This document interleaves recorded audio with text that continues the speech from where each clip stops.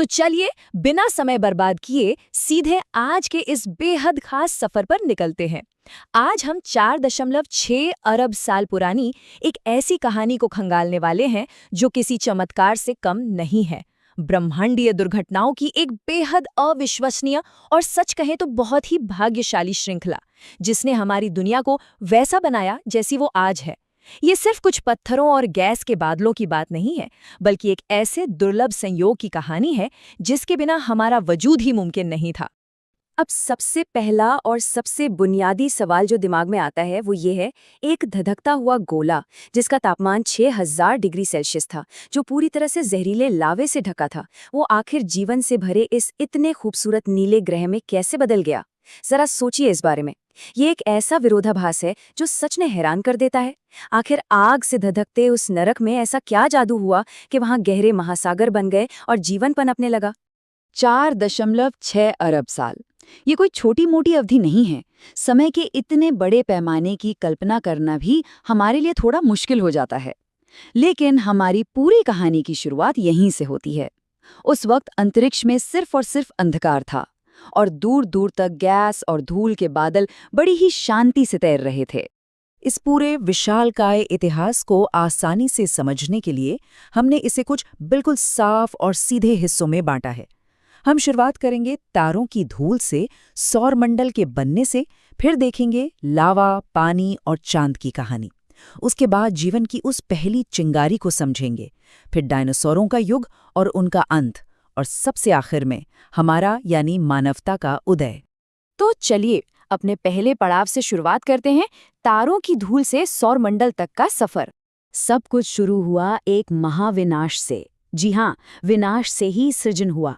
एक मरते हुए तारे में भयंकर सुपरनोवा विस्फोट हुआ, और उस महाविस्फोट से जो अपार ऊर्जा निकली, उसी ने उस शांत पड़े धूल के बादल में हलचल मचा दी। अब यहाँ गुरुत्वाकर्षण ने किसी बेहतरीन मूर्तिकार की तरह काम किया। 1969 में खगोल शास्त्री विक्टर सैफरोनोव ने इसे एक्रीशन यानी संचयन का नाम दिया था।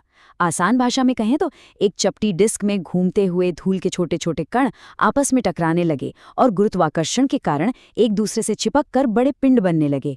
और बस इसी धीमी लेकिन लगातार चलने वाली प्रक्रिया से हमारे सूर्य और ग्रहों ने आकार लेना शुरू किया। अब आगे बढ़ते हैं अपने दूसरे अध्याय की ओर, लावा, पानी और चांद। पृथ्वी के उस शुरुआती दौर की कल्पना कीजिए जिसे भूवैज्ञानिक हेडियन इयॉन कहते हैं। इसे ग्रीक माइथोलॉजी के पाताल लोक के देवता हेड्स के नाम पर रखा गया है। और सच मानिए, ये जगह उस वक्त किसी नरक से कम नहीं थी। आसमान से लगातार चट्टानें गिर रही थीं, हर तरफ लावा उबल रहा था। और तभी लगभग 4.5 अरब साल पहले एक बहुत बड़ी ब्रह्मांडीय दुर्घटना हुई। इसे जायंट इम्पैक्ट हाइपोथेसिस कहते हैं। मंगल के आकार का एक पूरा का पूरा ग्रह, जिसे थिया कहा जाता है, हमारी पृथ्वी से जोरदार तरीके से आ टकराया। दोनों ग्रहों के कोर पिघलकर एक हो गए और इस महाटक्कर से जो मलबा अंतरिक्ष में उछला, उसने पृथ्वी के चारों ओर एक रिंग या वलय बना लिया। समय के साथ यही मलबा गुरुत्वाकर्षण के कारण आपस में जुड़ा और हमारा चांद बन गया। अब यहाँ ध्यान देने वाली बात यह है कि ये हिंसक टक्कर हमारे लिए किसी बड़े वरदान से कम नहीं थी। अगर चांद नहीं बनता तो पृथ्वी की जलवायु इतनी भयानक और अस्थिर होती कि जीवन का टिकना नामुमकिन था। चांद के गुरुत्वाकर्षण ने पृथ्वी को 23.5 डिग्री के कोण पर झुकाकर एक स्थिरता दी, जिसकी वजह से हमारे यहाँ अलग अलग मौसम आते हैं। और सबसे अहम बात, इसी चांद ने समुद्र में लहरें और ज्वार पैदा किए, जिसने आगे चलकर समंदर के जीवों को सूखी जमीन तक पहुंचने में मदद की। और अब देखिए कुदरत का एक और अजीबोगरीब खेल। आसमान से गिर रहे जिन क्षुद्र ग्रहों और धूमकेतुओं ने पृथ्वी पर तबाही मचा रखी थी, असल में वही हमारी धरती के लिए संजीवनी लेकर आ रहे थे। जी हाँ, इन्हीं अंतरिक्ष की चट्टानों के अंदर बर्फ के सूक्ष्म कण छिपे थे। जैसे जैसे ये पृथ्वी से टकराते, पानी भाप बनकर उड़ता रहा और फिर लाखों सालों तक लगातार मूसलाधार बारिश होती रही। इसी बारिश ने आखिरकार उस उबलती हुई पृथ्वी को शांत किया, उसे ठंडा किया और उन विशाल महासागरों को जन्म दिया जिन्हें आज हम देखते हैं। चलिए अब इस कहानी के तीसरे पड़ाव पर चलते हैं, प्रारंभिक जीवन की वो पहली चिंगारी। चट्टानों और लावे की दुनिया से अब हम जीव विज्ञान की दुनिया में कदम रख रहे हैं। महासागर बन चुके थे और इन्हीं समंदरों की गहरी और अंधेरी खाइयों में रसायनों और ऊर्जा का एक ऐसा जादुई कॉकटेल तैयार हुआ जिसने पहले सूक्ष्म जीवों को जन्म दिया। ये पृथ्वी का इतिहास है जो 4 बड़े इयॉन या युगों में बटा है।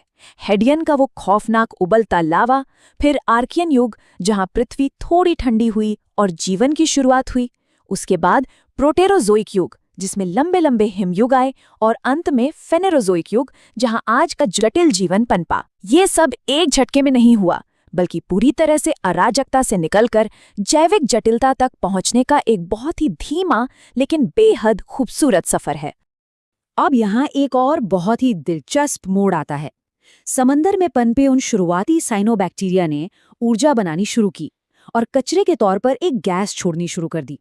वो गैस थी ऑक्सीजन।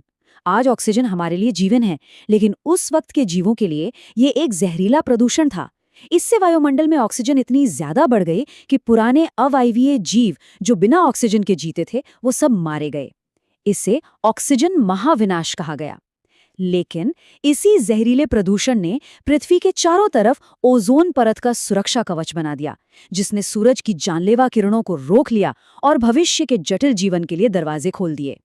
अब हम समय के पहिए को तेजी से घुमाते हैं और आते हैं चौथे अध्याय पर, डायनासोरों का राज और उनका महाविनाश।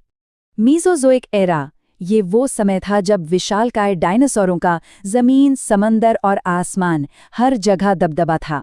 करोड़ों सालों तक उन्होंने राज किया, लेकिन फिर ब्रह्मांड का वो अल्टीमेट रीसेट बटन दब गया। जरा इस नंबर पर गौर कीजिए, 70,000 किलोमीटर प्रति घंटा। ये कोई मामूली रफ्तार नहीं है।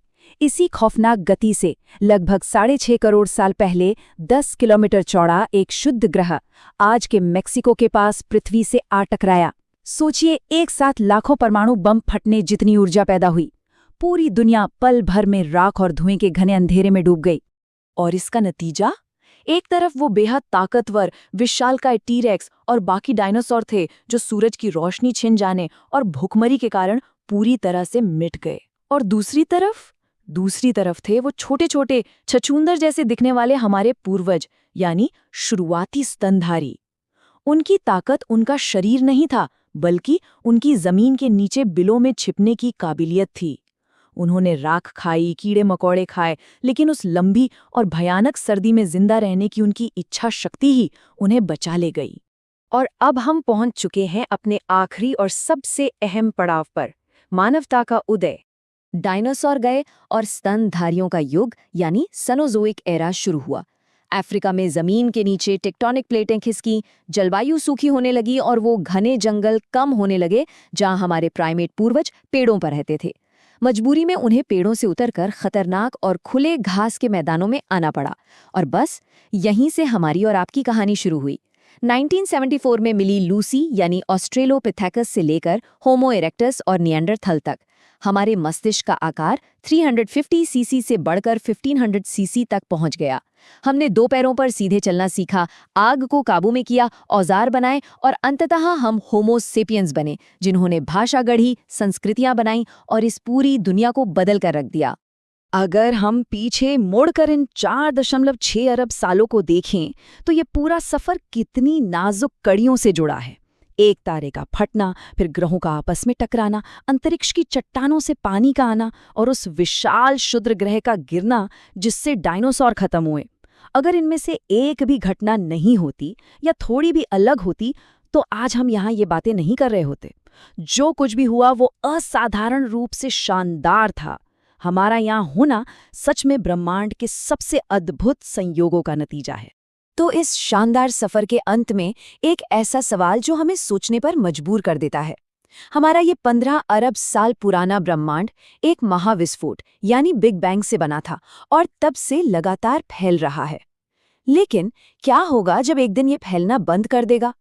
क्या गुरुत्वाकर्षण इसे वापस अपनी ओर खींचेगा और सब कुछ एक सुपर क्रंच में वापस खुद पर ही ठह जाएगा? विनाश और पुनर्जन्म का ये ब्रह्मांडीय चक्र, क्या ये कहानी कभी सच में खत्म होती है या फिर ये बस किसी नई शुरुआत का इंतजार है? खैर, ये सोचने वाली बात है।